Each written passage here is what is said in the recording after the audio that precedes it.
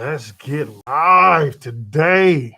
I wonder how I look. Oh, I can see how I look. How about that? What's going on, family? How y'all doing, man? Quick sound check. Make sure I'm here. Let's see. I look crazy today, y'all. I know I do.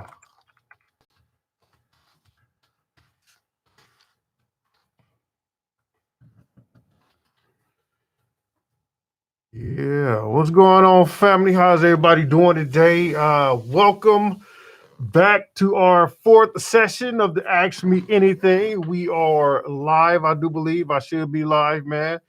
If you are here, just let me know, say something, give your cousin a shout out because I'm glad to see you. Oh man, how is everybody been? It's been a crazy week for me. Hope everything has been going well for you. So yeah, got my mask on today since they're now mandating it here.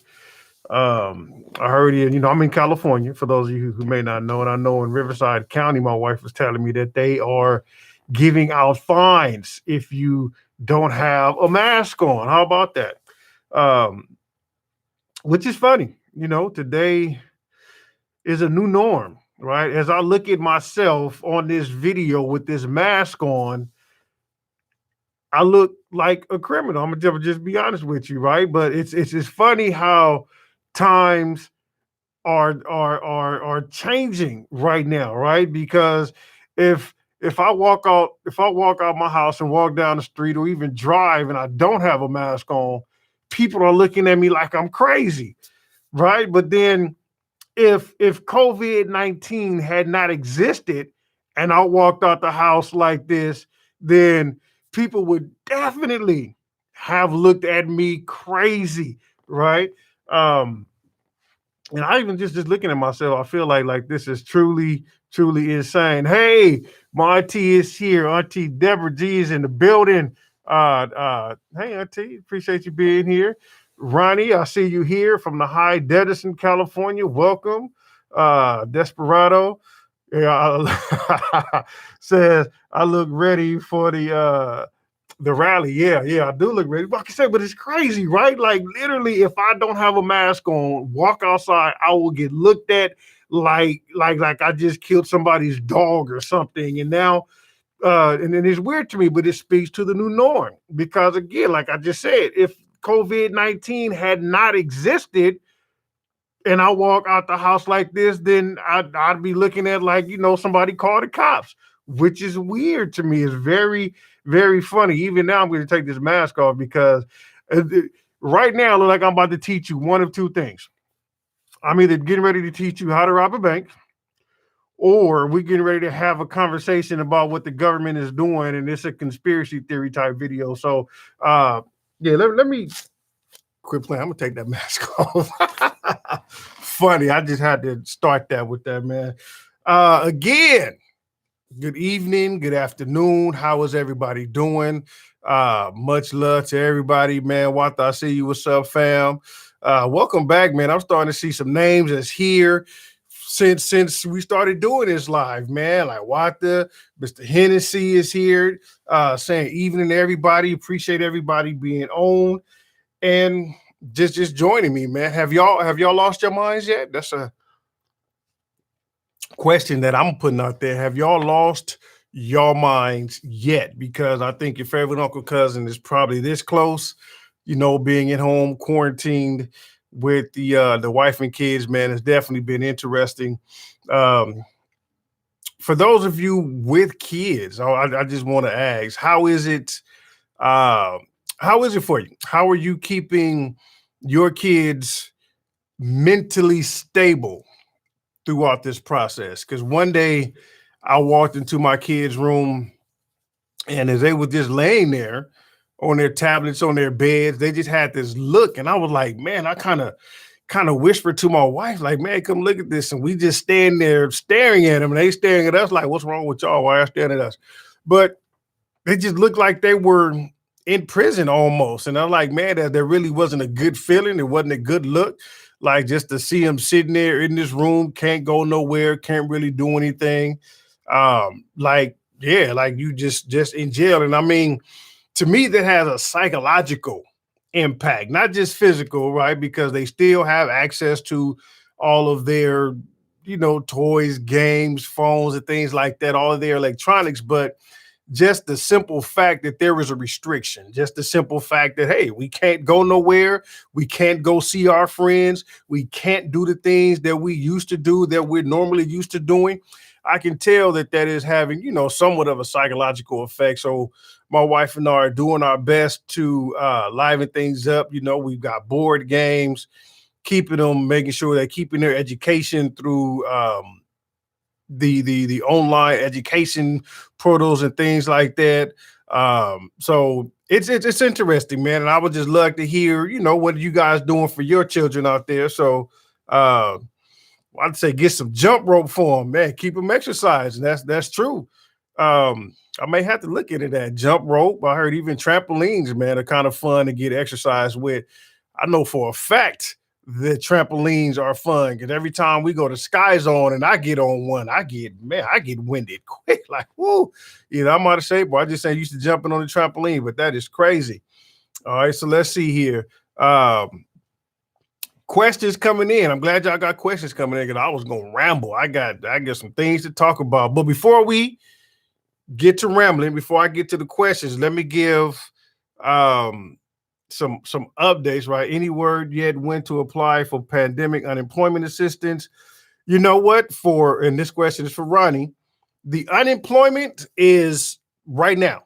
As a matter of fact, if you are unemployed as a result of COVID-19, I would say find your state's unemployment department website. For California, it's the edd.ca.gov.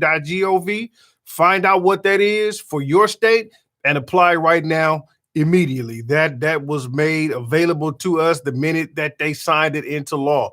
The things that we are having challenges with still as a community, as both the tax community and the individual community, is understanding this payroll protection program loan, the PPP.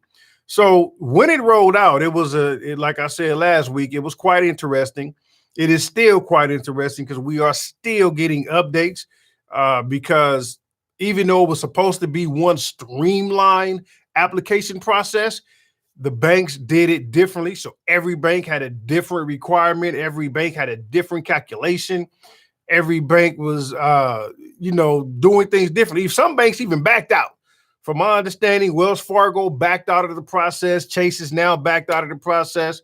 Bank of America is now only dealing with business who had a credit relationship with them, not just a checking and savings. So it all depends on the bank. Working with a couple of people right now to put together a resource thing. The biggest thing, and I do believe I put that in the chat last week, the link to what is it? To the EILDA, the Economic Loan Disaster, or the EIDLA, the Economic Loan Disaster from the Small Business Administration. That is coming directly from them. And the idea with that is that you'll have, or you can go online at sba.gov/disaster, and you'll be able to apply for the loan. You can apply directly to the SBA for the payroll protection program loan. But while your loan is in the process of being approved or denied, they can also give you a grant, an emergency grant up to, it's not going to be an automatic $10,000, but you can get up to $10,000 of grant money to help you go ahead and do that. So that, I would say, also go ahead and get done as well.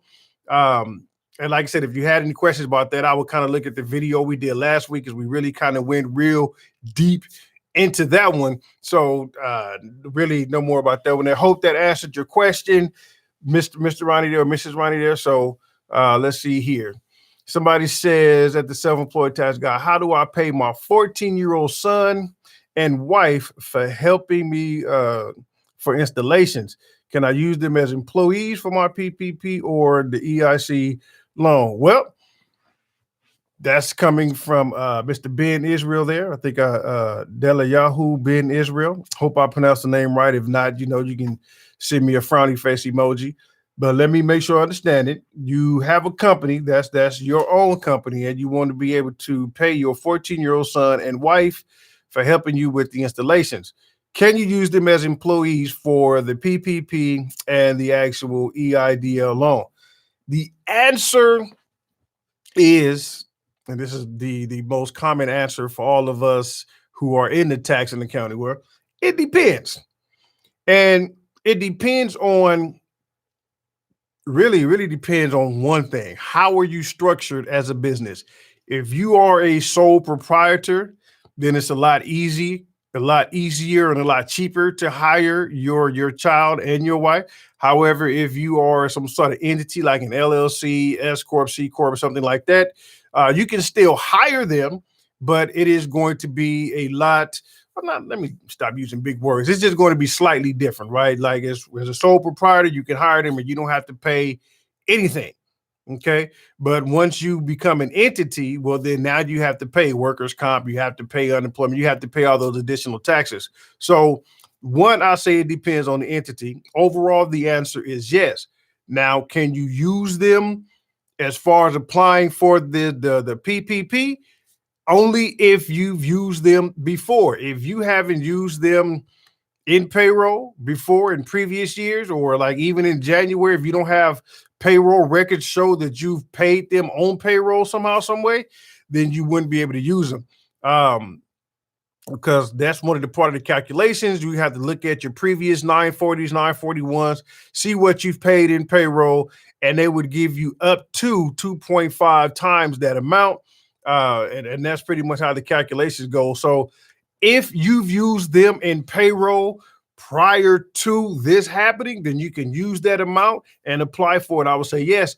If not, unfortunately, we just can't. Hey, I have employees. Let me add them to payroll real quick so I can get that loan. Unfortunately, it doesn't work like that. So, yeah. Let's see what else here. And yes, again, for Ronnie says, I understand that for the self-employed is different than regular unemployed. Now, we are talking about approximately three different things here. There's the PPP, the payroll protection loan. There's the economic impact disaster loan, the EIDL from the SBA. And then we're talking about unemployment, just regular unemployment. All of those things are completely different, have different application processes, have different requirements. So if you are an actual entity, meaning that you have a C corp, meaning that you have an LLC, or meaning that you have LLC taxes and S corp, you're an actual entity, you should have been applying for the PPP last week when it came available. The sole proprietors, meaning the individuals who don't have entities, who don't have C corps, who do not have LLCs and S corps, those individuals, the applications became available for you today. So if you are a sole proprietor and you want and you have less than 500 employees, then you can apply for the payroll protection program loan. Note the key word here is having employees. So because that is a big part of the calculation to determine how much of this loan you'll qualify for.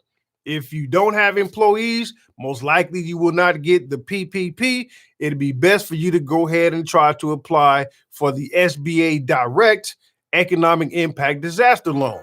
So, excuse me, I forgot to cut my phone off here. But that's how that works. Also, if you are an independent contractor, and it's kind of a very fine differentiating factor between a sole proprietor and an independent contractor, but independent contractors can now also apply for the PPP if they have payroll. If they don't have payroll, independent contractors can apply for the unemployment. Okay, that right there is just simply unemployment. This is something new. They've never offered unemployment for individuals who are self-employed independent contractors who did not pay into unemployment or payroll costs, things like that. So because of that, you can now apply for the, again, unemployment. Strongly suggest figuring out what website handles that for your state. Go in, fill out the application, and get that process on board. All right. Let's see what else we got here. Good questions coming in, man. Appreciate everybody here. Oh, Miss Ronnie. Yes, see, correct me. Please let me know. I just see a name and I get to assume it. So my apologies, Miss Ronnie. I know going forward, right? Forgive your uncle cousin there.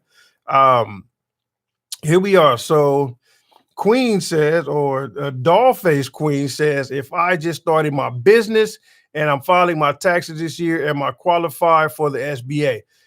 Depends on when you started.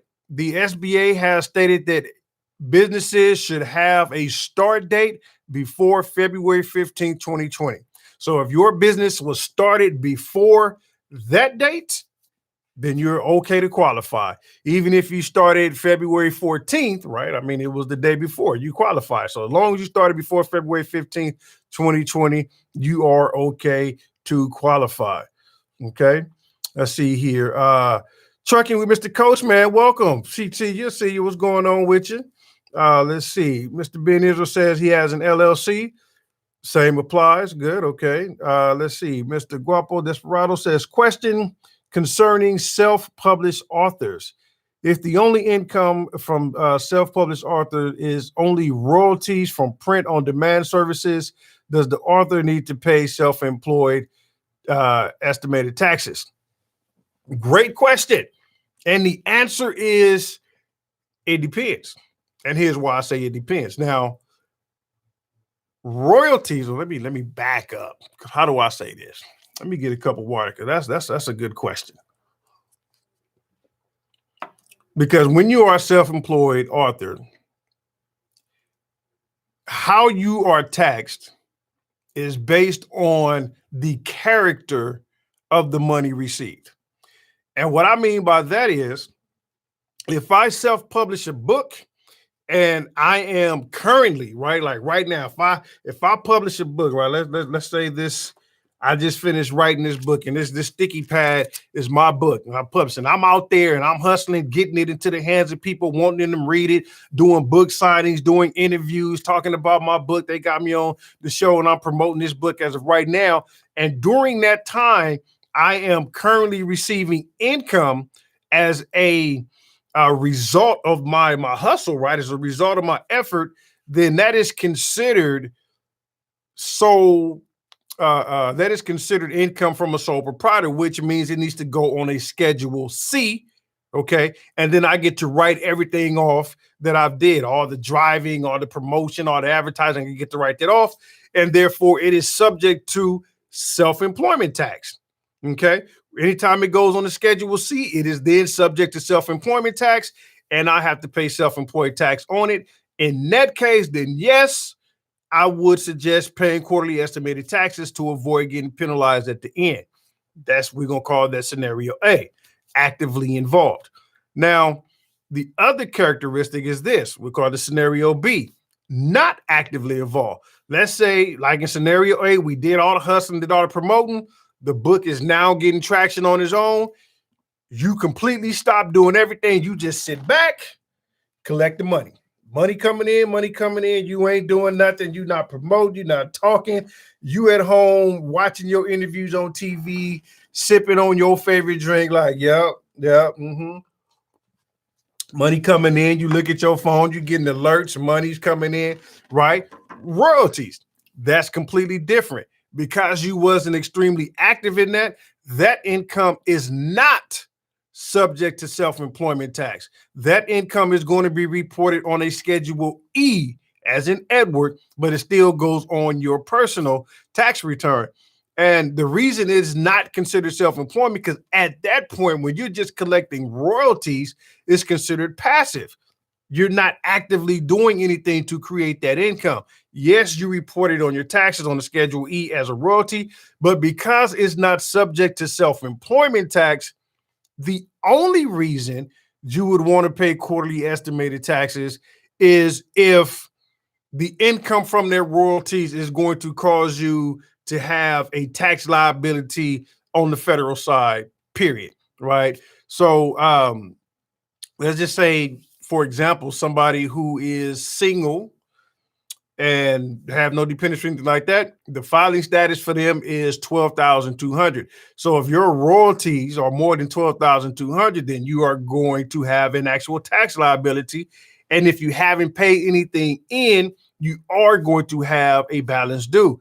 If that balance due you think is going to be more than $1,000, then yes, I would definitely say pay quarterly estimated taxes, because anytime that you owe more than $1,000, the IRS hits you with an additional failure to pay penalty. So great question, man. I definitely hope that answered the question, and we can go from there. So let's see what else we got here. Or can they simply report our royalties on personal yearly income tax? Well, so I guess that's part B. And the answer to that, Guapo, is the fact that yes, you can just wait until the end of the year and report everything. But as I just stated, if at the end of the year you do that and the balance due is more than $1,000, you're going to have to pay a penalty. So I highly suggest do it quarterly if you think that your balance due is going to be more than $1,000. Okay. So let's see here. Miss Ronnie got it right this time. Miss Ronnie says you unemployed for self-employed. Yep. Considered. Yep. Well, the thing is, I'm assuming, because California hasn't really released anything here. I've been getting a lot of questions, been trying to do the application, and they're just, California is not giving up any information at this time. But from what I've heard from other people is that you're going to have to prove that you were impacted by this COVID-19, which kind of goes back to the video we did last week talking about your character on paper. How can you prove that you've been impacted if you're not reporting anything, right? If you hide everything under the mattress because you don't want to pay taxes, when they ask for documentation to say, okay, in January, I was making $10,000 a month, and now since COVID-19, I'm down to 1,000. That's visibly, you can see that you've been impacted by that. But if you're not tracking anything and we're hiding everything under the mattress, then it's going to be kind of hard to prove that you've been impacted by COVID-19 and qualify for the unemployment. So please, my good people out there watching, make sure you track everything. Make sure you track everything reported, and so that way when things happen, when paperwork is needed, your character on paper is as pristine as you are in real life. Okay, so let's see here. Let's see. Ronnie said, I am self-employed. There is, yes, but you have not seen it posted yet. Well, like I said, it's fairly new for a lot of states. I'm pretty sure they're working on it. Ronnie, if you don't mind telling me what state you're in, maybe I can do some research and shoot you some information once I find it. I don't mind doing that, but let me know and we'll figure it out together. So, because it's still, as much as we're getting inundated with information, is still a whole lot of information that we don't know, which I'm going to say, be nice to your tax professionals, be nice to your people in finance. I've seen a lot of comments geared towards people in the finance industry and people in accounting, financial, tax and everything. Understand, we're getting it, reading it, and seeing it change just like in an instant, right? Remember when the IRS says they was flopping back and forth, no, we don't need your information. Then, yes, we do need your information. You know what? Never mind, we don't need your information. And just last week, they released something that says, you know what? We do need your information. Here's how to do it. So things has changed. Just be nice, be patient with us. We're getting information to you as quickly as possible. So, hopefully that helps. And again, y'all know me, as much as I find out, I'll be more than happy to inform you and let you know. Okay, let's go back. Let me read some more comments here because I see them coming in. Has anyone seen any of the funds yet for any of them? That is a great question, Mr. Ben Israel, or Mr. I got to quit saying Mr. I'm just saying names. Has anybody applied for anything and seen it? I've probably heard on social media that some people have received amounts, but in my personal circle, I have not had anybody apply and receive anything just yet. Applications still being processed, obviously, but as far as I know, I haven't really seen anybody doing anything yet. Okay. Let's see here. Guapo Desperado says he knew I would say it depends. Yes, it depends is very funny in a sense because all everybody who's in finance and tech, that's what we say. It depends. And the reason we say it because everybody's situation is different. There's not a one answer fits all type of scenario, unfortunately. I wish it was. I wish it was black and white that I could say, you know what, do this and your result will be this. It would be so much easier if that's the way, but unfortunately, it depends. So yeah. um, let's see here. Love taxes. Levite Apparel loves taxes. I was gonna get a shirt made that says I was the only one that loves taxes. So I guess I can't get that shirt made because I'm not the only one that loves taxes. But I appreciate you, Levite Apparel, for letting me know that you love taxes as much as I do. All right, just little you and I are just probably just a little bit on the crazy side, but that's okay. We'll be crazy together because loving taxes is something else. Okay, let's see here. Dollface Queen says, "Can I file taxes for 2 years at one time?" Well, it depends. No, I'm just joking with you. I'm not sure what you mean at one time. Like you cannot combine 2 years into one tax return. That we cannot do. However, if you want to set up two computers and you are I forget the word. I won't even try to pronounce the word because y'all might talk about me. When you can use both hands at the same time. So if you want to set up like a laptop here and a laptop here, and you want to type and you want to do it the same time like that, you can do that. But combining them into one tax return and submitting it, no, you would have to separate it out. Whatever you did in 2018 would have to go on a 2018 return. Whatever you did in 2019 would have to go on a 2019 return. So hope that helps in that aspect. Okay. A simple text says, would you ever be okay with one of your clients keeping their books purely on spreadsheets as independent contractor who's just starting out, kind of rebooting the way I do things? Yeah, man. If y'all know me, if you don't know me, let me tell you now, I am all about simplicity. Yes, we have gotten to the age where everything is either trying to be automated, right? Or we have some sort of artificial intelligence trying to get things done for us. But I love the old school, and me and Excel are married. Everything I do almost when it comes to numbers is in Excel, right? So a spreadsheet, I love it. The spreadsheet would be a huge step up from what I'm seeing, from what I'm used to getting. Normally, when my clients come see me, they have a folder with some receipts.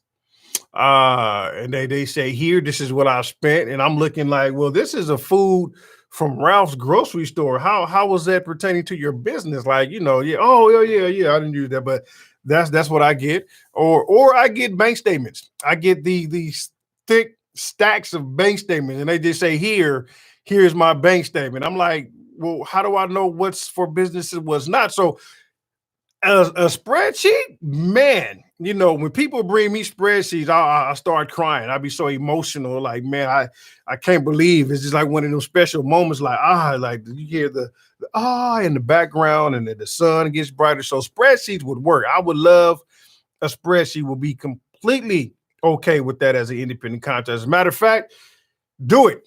I'm telling everybody who's on here now, right? If you're tracking anything, use a spreadsheet. It's a beautiful thing. And it doesn't have to be complex. You have a column for income, you have a column for expenses, and that is it. You can get fancy if you want to, but I would do a spreadsheet and create 12 tabs at the bottom, one for each month. And at the top, you will say income received, and then expenses, okay? And then they would just subtract out each other and have a grand total at the bottom. That's exactly what I would do, and you can look at it for each month, and you will have your numbers right there in front of you. That is a beautiful thing. Of course, if you're anal like I am, you can get fancy, because what I do, I don't know if like that printer right there is just my best friend. So every time I get a receipt, lay it on there, I scan it, I upload it, put it in a file. I think I was literally just counting how many times I have to click to get into a folder, because my folder, like I said, I'm anal. So I have uh, the main folder says bookkeeping. Then once you click into bookkeeping, you find my company name. You click on that. Then once you click on that, it has listed by the year. So then you have to click on year 2020. Then once you go in there, you have to click on the month. And I think so, yeah, I click on the month. And so I have to click 4 times because I have my folders is just that detailed. And every month or everything I spend, I scan it, upload it, and I'm good to go. So I can reference it. It's there. And I have it for substantiation. So I keep everything. So definitely when you do an Excel sheet, keep it simple. Income, expenses, you've tracked it. It's really all you need. You can even create, excuse me, you can even create additional columns. So you would have income, expenses, purpose. That helps. What was it for? Was it for marketing? Was it for advertising? Was it a business meeting? Was it postage? Was it a general expense? Something like that. Tag it that way. You good. And that matter of fact, that'll be, man, I'm pretty sure whoever takes that to their accountant or tax repair, man, I guarantee they'll get up and give you a hug and a kiss. So yes, I said all that to say that I'd be okay with a spreadsheet. So yeah. Let's see what else do we have here. Let me look at our receipt. No, receipts. I'm gonna be talking about receipts. Let me look at some more comments here. Let's see here. Simple Text says it's essentially a different business. Everything, yes, everything is changing. True. Okay.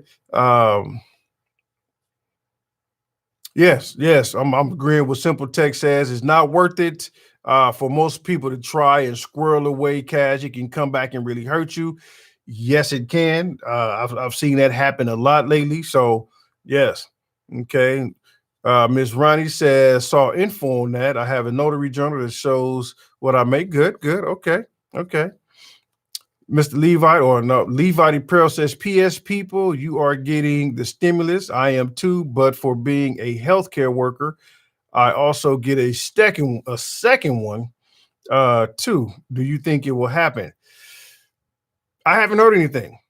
Levi the Pro, I have not heard anything. Yes, we're getting the stimulus, but for being a healthcare worker, I haven't heard anything. Although I wouldn't be shocked and or surprised because hats off to you. You guys are on the front line dealing with this directly as healthcare workers. You are currently our heroes.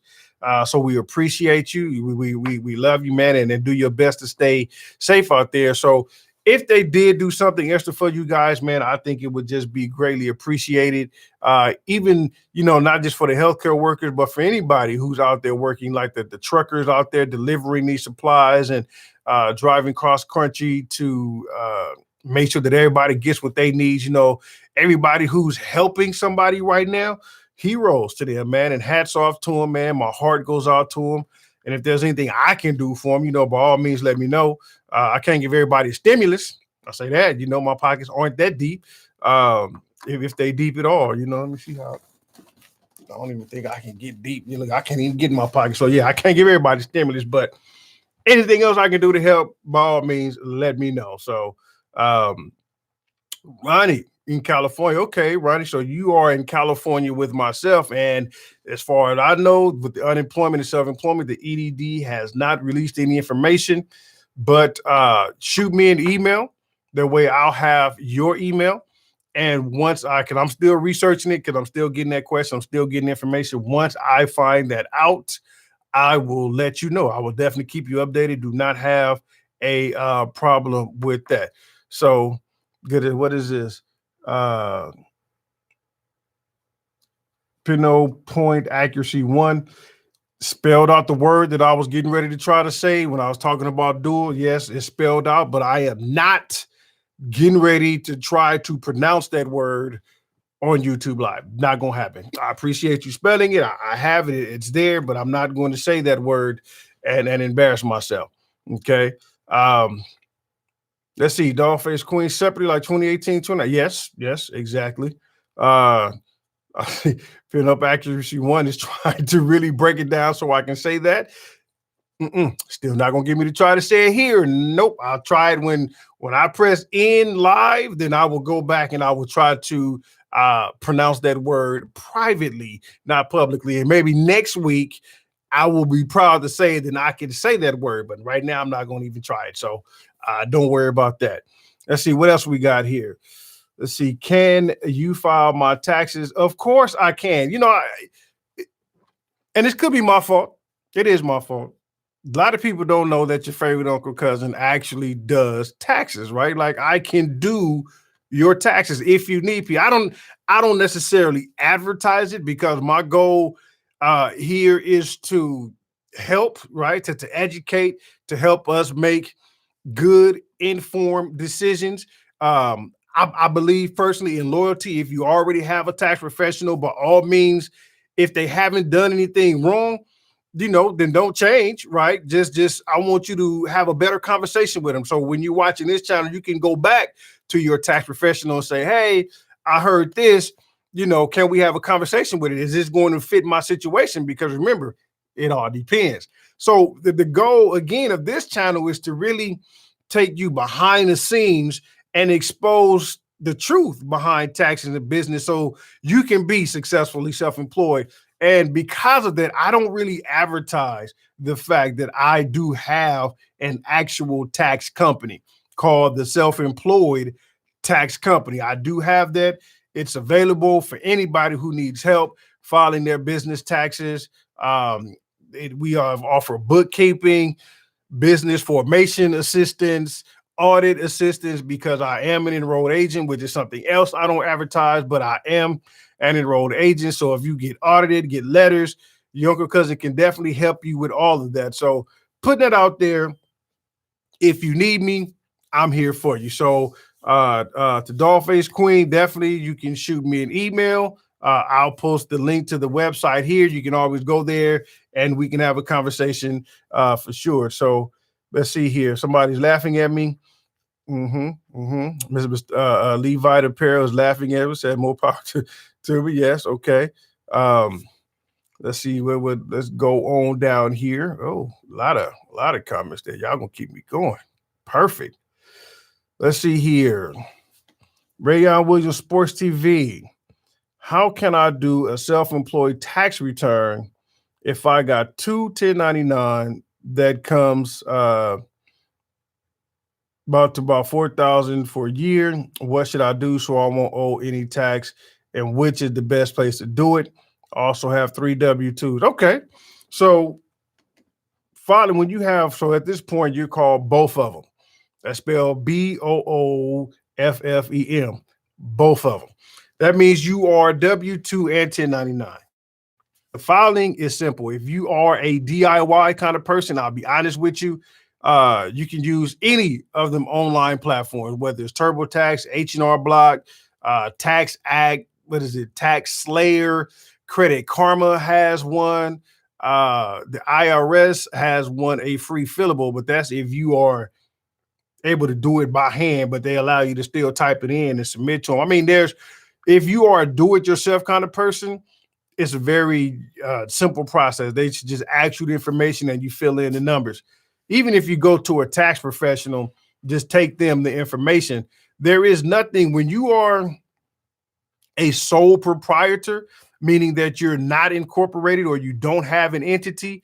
Filing as self-employed is really a easy thing because there is no separate form. For example, even if you are a single member LLC, everything is still going to be done on your personal return. You're just adding a Schedule C to your personal return. It's not difficult there. The problem, I can say the problem, but it gets more challenging when you are having like a C Corp, an S Corp, or a partnership, because those require different forms to be filed first, and you get paperwork from those returns to put on your personal return. So as long as you are not taxed as an S Corp, as long as you are not a C Corp, as long as you are not a partnership, you can file your business and your personal taxes all on one 1040. The only thing you need is the Schedule C, is where you're going to report the information from the 1099s that you receive. Okay. And let me make a side note about that. If the 1099s were from the same business, meaning that, say, for example, you're a photographer, but you did wedding photography and then you do personal photography, right? So you got a 1099 from both of those type of businesses. Because it's still under the umbrella of photography, you can put it on one Schedule C. It gets tricky if them two 1099 miscellaneous was from different type of industries. Let's say you got one from doing photography, wedding photographer, but outside of that, you also got one because you was doing handyman work as a contractor on the side. Well, if that's the case, you would have to file two Schedule C's because the SIC code, which is the oh, I forget what the SIC code, but it's the code that tells the IRS what industry these expenses are being written off under, because they want to make sure that, okay, the expenses are ordinary and necessary for that industry. Because if you're writing off construction expenses under your photography business, they're going to say, nope, something's wrong, there's an error, would result in possibly an audit, and you would just have to redo it. Not to say that you would be in trouble, but you just have to redo it, and who wants to do that? So if it's the two 1099s are under the same exact type of business, then you file one Schedule C, do it as normally as you would with your W-2s, and you'll be good to go there. And so you say, what should you do so you won't owe any taxes? That's kind of hard to answer, because there's two ways to not pay taxes. The first way is called tax evasion. Tax evasion is illegal. If you practice tax evasion, just you heard it from your own cousin, that is illegal. And tax evasion is the process of manipulating your taxes, meaning just making up some stuff. A lot of clients, they love to look up at the ceiling and take a guess, like, as if there's something magical on ceiling tiles. I don't get it, but a lot of people look up when it comes to their expenses and they try to put that on paper. That works because the IRS does know that, like, okay, if you're in business, you are spending some money, but as to the validity of what you're putting on paper, they question. And so if you're just making up stuff just to so you can reduce your taxes, that's tax evasion. That's illegal, punishable by law. The second way to really avoid taxes is called tax avoidance, with an A, avoidance. That is 1000% legal. You are legally allowed to avoid paying taxes as long as you have set up and put together a strategy for paying as less taxes as possible. Because the only way, if you're self-employed, to not pay any tax is to write off enough to where your gross income afterwards. So I say your net income is $400 or less. If you have gross income of $10,000, but you wrote off $9,600, that means your net income is $400. Then there's no self-employment tax. Outside of that, if your income is at $401, you will be charged self-employment tax. So the best way to not pay taxes, which unfortunately I know we hear the rich don't pay taxes, and that's not true. They pay it. But what we want to do is to try to reduce or change the color of money. Okay. And that gets rather involved. That is a tactic that is for individuals, I would say, who net a minimum of maybe 60,000. If you net, meaning after you take your gross income, you subtract out your expenses, what's left, if that's 60,000 plus, then definitely shoot me an email. You and I need to have a conversation. If you are still a sole proprietor and that is happening, because there are some things you need to do so you can change the color of money and reduce your tax footprint. The only way not to pay taxes, I'll be honest with you, my people, is to not make money. If you don't want to pay taxes, don't make money. We need to change again. Not saying that anybody here has that mentality or in the comments have stated that this is the mentality that we have, but the mentality that I want us to have is to not hide money under the mattress. I know we don't trust banks. I know we don't trust, finance and government, things like that. But your goal is to make so much money that when you look at your taxes, it's not a big deal. I don't like refunds personally. I don't think I'm gonna do a video why refunds suck. I am, and I'm explaining to you why I'm not a big fan of refunds. But I would rather on my taxes have a tax bill of $50,000. I would rather owe the government $50,000 than get a refund of $50,000. And I know y'all probably like, well, Uncle Cousin, this is something in the water he drinking, right? Nope. But the reason, if I had a balance due of $50,000 to the government, do you know that means, or can you guess how much money I would have had to have made in that 12-month period in order for me to have a balance due of $50,000? If you can put that number in your mind, I'd be happy with that. I would be happy the fact that my tax bill, even if my tax bill came back and said, hey, you owe the government $300,000. Well, that's perfectly fine, because guess how much money I would have had to make in order to have paid the government $300,000. You wouldn't hear me complaining about paying $300,000 because I probably made $300 million. I'm just saying, we have to reverse the way we view money. Refunds suck. And I will explain to you. Matter of fact, I'm going to write that note. I'm going to do a video to why refunds suck, and I'll explain to you why. But getting back on track, right, for Mr. Rayon Williams Sports TV, the only way really is to avoid not paying any taxes is to have your net income from self-employment be less than $400. If that's the case, then you can do that. But be careful, because you don't want tax evasion. You want tax avoidance. All right. Hope that helps out there. All right. Let's see here. Another one from Levi DePero says, my e-commerce website do that, and they also give graphs. Good. Okay. Then on the Google Gmail, created a bookkeeping full day. Oh, there you go, man. Maybe you can come on here. We'll figure out a way for you can, show everybody how to do what you did on Google. Create a bookkeeping full day and receipt folder. When we scan receipts, so cool. We can show us how to do that. Let's see here.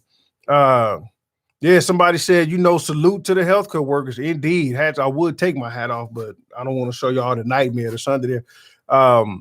So indeed, let's see here. Question. Oh, where we go. Get to it. Have you heard about the PPP loans at these banks? Put anyone on there without an outstanding loan with the bank? Make sure I reread this again. I have a problem with me speeding past these comments. Have you heard about the PPP loan that these banks put anyone without an outstanding loan with the bank? Nope. Even though the bank go through, no. And then this is for Tim Johnson. I'm assuming he's asking about, again, the Paycheck Protection Program loan at these banks. Again, Mr. Johnson, if you're just joining us, I appreciate you joining, but we kind of talked about that earlier in the video, where it's still a lot up in the air. I'm trying to, me and some associates of ours, we're putting together some resources where if you don't have a relationship with that bank, that's perfectly fine. They'll still be able to assist you. So hopefully by next week, we should have that to us right there. Because applications are in. One thing I know right now is check with your bank and see if they're there to offer it. Outside of that, try the SBA.gov, and they should be able to get some guidance on where you can even apply with them. So hopefully that works for you, Tim Johnson there. Okay, Brian Espinoza says from California, hey, Cali Love in the building. Is it true that if you study taxes deeply, you can find loopholes? Brian Espinoza, the answer is kind of. I'm not going to say it depends, but I'm going to say the answer is kind of. Loopholes. When we think about loopholes, we think of ways to not pay taxes, ways to, I'm going to make $1 million and not pay taxes. That's not when it comes to taxes and loopholes, that's not how it works. For example, let me just give a short loophole that I found in taxes. if you net $100,000 um, as a sole proprietor, we'll take that same 100,000. I don't have anything to really demonstrate here, but let's say you had $100,000 in net income. Remember, net is after gross income minus expenses. You end up with the net. As a sole proprietor, 100,000, you would pay $15,300, right? 15.3%. Now, if you study taxes, you can find a way to reduce that 15,300 you would pay by simply converting to an S corp, putting yourself on payroll, making sure you pay yourself a reasonable wage, and you would most likely, because I played around with this scenario at 100,000, maybe a 40% payroll cost, you probably would be able to save yourself anywhere between $6,000 to $8,000, depends. So, is that a loophole? I don't really consider it a loophole. It's one of them unknown strategies that people use all the time. So I don't call them loopholes. I call them strategies. And yes, studying the tax code, it would allow you to put two and two together and be like, so you telling me if this and I do this, then the result will be this. It's kind of things like that. Another strategy I say is the capital gain strategy, because the tax code says that capital gains is taxed at a max 20%. And that's if you're in a high income bracket. If you're not in a high income bracket, the capital gains is going to be taxed at whatever your marginal tax rate is. So if you had $2 million worth of capital gain transactions only, but from other income resulted in you being in a 10% tax bracket, then guess what? You're only going to pay 10% on those capital gains. But guess what? If capital gains was your only source of income, meaning that you had no other income to report, which meaning that you wouldn't be in any tax bracket, you'd be in zero tax bracket, then guess how much you would pay on that million plus capital gains tax? Zero. So it's not necessarily a loophole, but it is a strategy, because to get to that zero income strategy, it takes a lot of investment, it takes a lot of upfront capital for you to really 100% fund your lifestyle off of capital gains and pay zero tax.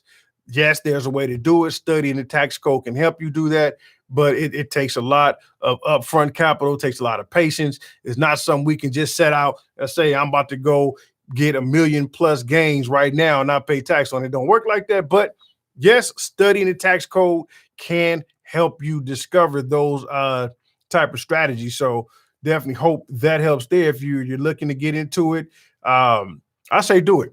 There was only one other person on this thread with me that agreed that we love taxes, and that's why. So if Brian, you want to join the crazy group and start to love taxes yourself, I have an open invitation for you. Okay. Let's see here. Tim says, I hope if he don't get the money, he switches banks. Yeah, you know what, Tim? Honestly speaking, banks have an opportunity to really show right now how they feel about small businesses. Banks right now have an opportunity, or not even have an opportunity, but what they do right now will tell us how they feel about us as small businesses. So I'm paying close attention to which banks are helping people and which banks aren't, because obviously I was told a long time ago by a good manager, and I remember that, and I rely on that information today. He says customers talk with their feet, and I remember sitting there like, what? Like sign language? Like people put their feet up and they do sign language? Is that what you're talking about? Customers talk with their feet? But after he broke it down, he said, no, if a customer comes in or initiates a transaction with you and they walk out, meaning they use their feet, they walk out, that says a whole lot. That speaks, that says a lot of things. So as customers, as purveyors as patrons of these banks, if they don't do us good, we have the power to speak with our feet. We can simply walk, and we will no longer, patronize them. We'll no longer spend our money with them. We'll spend the money with those who are helping us, which is what I said in the very, very first video. Let's make sure that we are being as nice as possible to the people that we serve. Make sure that we are being extremely creative and doing everything we can to ensure that we are being the best resource to the people that we serve, because customers talk with their feet. When they walk, that says a lot. And when they walk and talk, they're walking and talking loud enough so other people can hear. Don't do business with them. So these banks have a lot of things to consider. We'll see what happens. I do believe after this is over, there's going to be a whole lot of revelations, a whole lot of things happening. We'll have whole new outlooks on everything. The new norm is going to be different. So, yes, let's see here. Let's see. Somebody said I didn't answer the question. Well, pinpoint accuracy one, please repeat it. I apologize if I didn't get to your question. Type it again. I'll make sure that I do my best to go back and answer it. Okay, let's see here. Jesus Winter says, I want to specifically do HVAC. Do you think starting out as a handyman is a good idea to get it started? Great question, Mr. Winters or Jesus Winters. Great question. Specifically HVAC, I would check with your state, because some states require that certain industries be licensed. Like here in California, in order to do HVAC, you have to be licensed in order to service these machines. You may be able to work under somebody. So if you want to start off as a handyman and offer your services to people who have that license, who are permitted to work in that industry, I would say by all means, go ahead and do so. But if you're trying to do it on your own, definitely get the license first and then do it. Now, do you need an LLC or anything like that? Nope. You're more than welcome to start off as a sole proprietor. Make sure that you get some good business insurance. If you have any assets that you're worried about, you can get umbrella coverage to make sure it covers those assets and be good to go. But and if you want to just start off, let me answer the question again. Speaking to Jesus Winters, you can start off as a handyman, right? If you want to go in and maybe do just light maintenance on some of the machines, I don't see no problem why you wouldn't. But again, every state has different regulations. Check with your state to see what they say. If they have very light restrictions, then by all means, go ahead and get started. Be good to go. Okay. Levite Apparel said, the only thing I learned about taxes is donation. Well, Levite Apparel, we need to get you learned a little bit more, because there's a lot more to taxes than donation. Okay. Simple Tech, great to know. Oh, you're welcome, man. I appreciate everybody being here. So I'm going to give as much as I can while I can. Okay. Let's see here.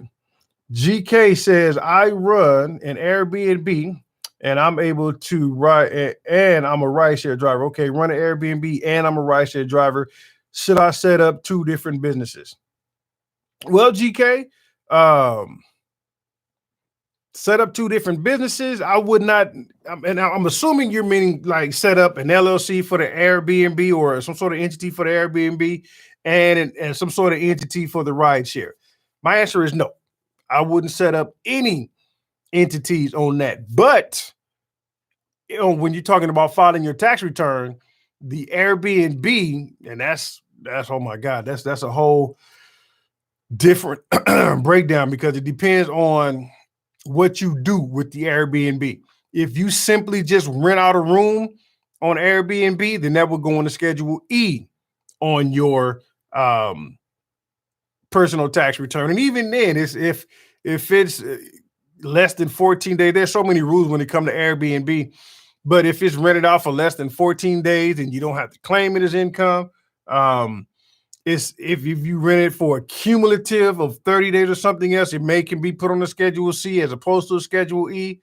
So the Airbnb one, definitely I would do separate. But again, if you're simply just renting it out, you're not doing anything else, meaning that you're not providing like housekeeping services, you're not providing linen services or anything like that, you can put it on the Schedule E, be good to go. However, on an Airbnb, if you are providing those additional services, you're making it like it's a hotel kind of thing as opposed to a rental, then it will have to go on the Schedule C. So that's where Airbnb gets tricky. But as far as the ride share, simply just put that on the Schedule C. So for your personal return, you would have two Schedule Cs, one for the Airbnb, one for the ride share driver, but then you would be good to go. Okay. Says TurboTax is expensive this year, $60. So, it when you have a business, I'll be honest with you, be prepared to spend money. That is one thing that I realized that shocks a lot of people. They're thinking, it's simple, and it may be simple, right? You'll see the person preparing your tax return, just jotting down information, just putting information in, and it seems simple enough. But keep in mind that they went to school for years to be able to understand to simply put that information in. But I think $60 on TurboTax versus paying an actual prepare upwards of maybe 200 and 250 plus. I've seen, man, wow. Like if we were supposed to talk about pricing last week, but didn't get into it, and we'll probably talk about pricing soon because it's a very still interesting conversation happening. I've seen people charge as low as $200, as high as $1,200 for a business return. So $60 ain't bad. I'm gonna just say that if you have the knowledge to do it yourself, by all means, do it yourself. Okay.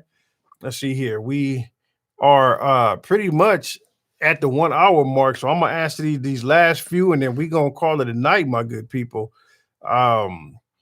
Unique View, hello to you. Welcome. LaMarcus Allen says that's illegal. I'm not sure what's illegal. Marcus, did we say something that's illegal, Marcus? Let us know. Trucking with Mr. Coach says my wife and our truck drivers got paid on 1099 last year, but haven't done our taxes. Are we still available for any help? Of course, you are available for help. It doesn't matter. I would say, especially now, if you haven't done your taxes, get it done. Okay, because your stimulus is riding on that. Speaking of, again, I talked earlier, the IRS was going back and forth about what they wanted to do as far as the stimulus goes. So it was just released to us. I do believe, did I find this out Monday, Tuesday, something like that? One day this week I found out, and I want you to do this. Reach out to your loved ones, people that you know that don't have a filing requirement, people that you know that are receiving Social Security disability. There's three types of Social Security. You got the regular Social Security benefits. You have Social Security disability benefits, and then you have SSI. If you know anyone in your family, in your immediate circle, that's receiving either Social Security disability benefits or SSI, have them reach out to a tax professional, go online to irs.gov, but they've created a portal for them to file what's called an economic impact return. It's a basic return. They don't need no documents. They just need their name, their Social Security number, their date of birth, the address, and the bank account information. That's all they need. They fill that out. They submit it to the IRS. The IRS now has their information, and they can send them the stimulus. So if you know anybody, call. When I found out, man, I called everybody. Called my grandmama, told my wife to call her people, and in Arkansas, get everybody. Make sure everybody knows that even if you don't have a filing requirement, get your the simple return, the economic impact return completed so you can get that stimulus. I just wanted to put that out there. Remember, we want to spread good vibes, spread love, get the news to everybody. But back to Trucking with Mr. Coach. Yes, you still are available to get that done. Let's see here. John Bender says, I left job in 2017, lived off savings since then. I started proprietor selling online at the end of 2018. Okay, didn't make any money. That's okay. So didn't file. Can I file 2019 or do I still need to file 2018? Well, John, I would say you started a company, so you spent some money. You want to file anyway because again, that net operating loss. I think I talked about that in a couple of videos before this one. Look at the net operating loss because that would help you. But for purpose of the stimulus, John, like I just said, if you fall into that point, that boat where you don't have a filing requirement, reach out to me, reach out to a local tax professional, go online. I think TurboTax even allow you to do it for free. Just fill out a tax return and check the box that says economic impact. From there, you'll be registered. You'll get that stimulus. Okay. All right. Let's see, man. Appreciate it, everybody. Do I have to keep so Brian Espinosa, do you have to keep every receipt so you can reflect to the government while your money went? The answer is no, but it's good. It's good to do so. Okay. We already 5 minutes over an hour, so I'm about to just shotgun this. Just kind of look at these real quick. But again, answering Brian Espinosa's, the answer is no, but substantiation is key. The more substantiation you have, the better you can sleep at night. Because if the IRS ever come knocking on your door, all you gotta do is say, "Here, leave me alone. I'm done," and they will leave you alone. I've seen it happen. I've helped people do that. So I know you don't need it, but it's good to have. Okay.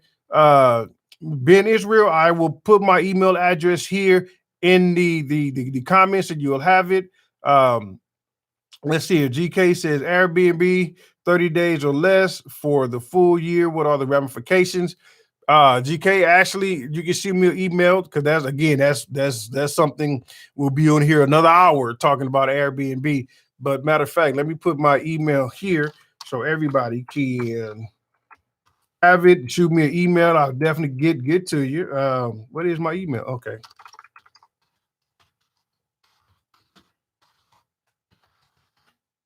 That should be it. There it is right there. Let's see what else.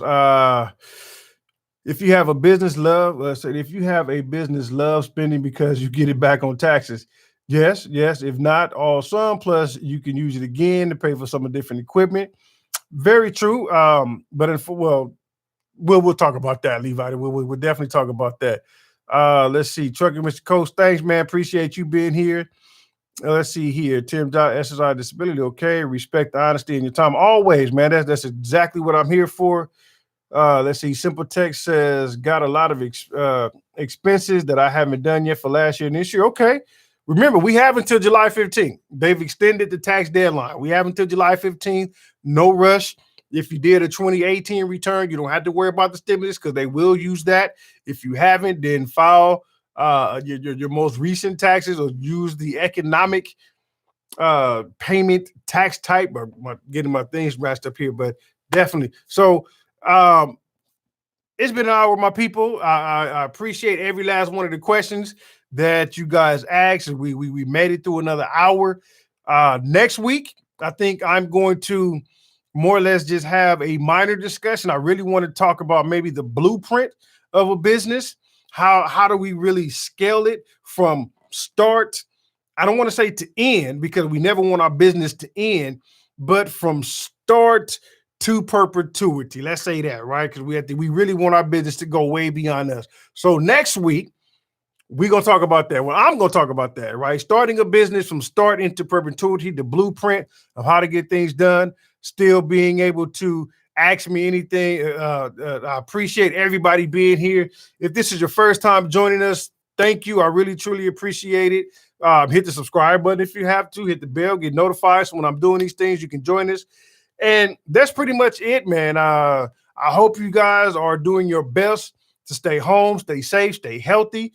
Make sure that you do whatever you got to do to keep your immune system good. Exercise 30 minutes every other day. If you're not the exercise type, you ain't got to do it every day. Exercise for 30 minutes every other day. Make sure that you drink plenty of water. Get that vitamin C in you, the vitamin D. Keep your immune system up. Stay happy. I know, you can go crazy just sitting at home doing nothing, right? It's like it's amazing just how much we take for granted the freedoms that we have until we no longer have it. So love one another, and I guess I keep saying a lot. So I guess that means I'm out of words, y'all. I love y'all. As always, if there's anything I can do, my email address is there. Shoot me an email address and let's get busy. If you need help, you know your Uncle Cousin is here for you. Love y'all. And until we meet again next week, y'all take care. Peace out.